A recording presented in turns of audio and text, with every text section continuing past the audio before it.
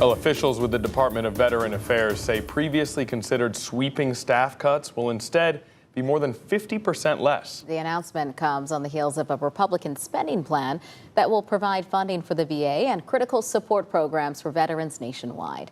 Shane Forom is in the studio with more details. Shane, what can you tell us? Well, Dana, this week the Department of Veteran Affairs announced they are on pace to reduce VA staffing by nearly 30,000 employees instead of the previously planned 70 to 80,000 by the end of September. The new development drew mixed reaction from community members.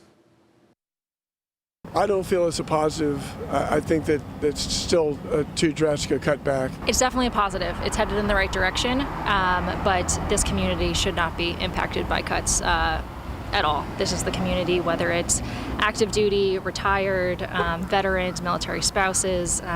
This is the community that we should be protecting. In January, the Department of Veterans Affairs said it was considering a 15% total staff reduction, but Monday, the VA announced it will instead seek a 6% staff reduction, which is almost 30,000 employees by September 30th. That, however, was still upsetting for one area military spouse who did not want to show her face on camera.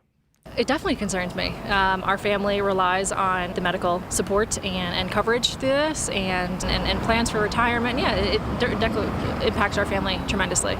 Director for the Hampton Roads Veterans Employment Center, Sultan Camp, says they're ready to help any local VA employees who may be impacted in the coming months. So there's a huge difference between being military friendly and being military ready.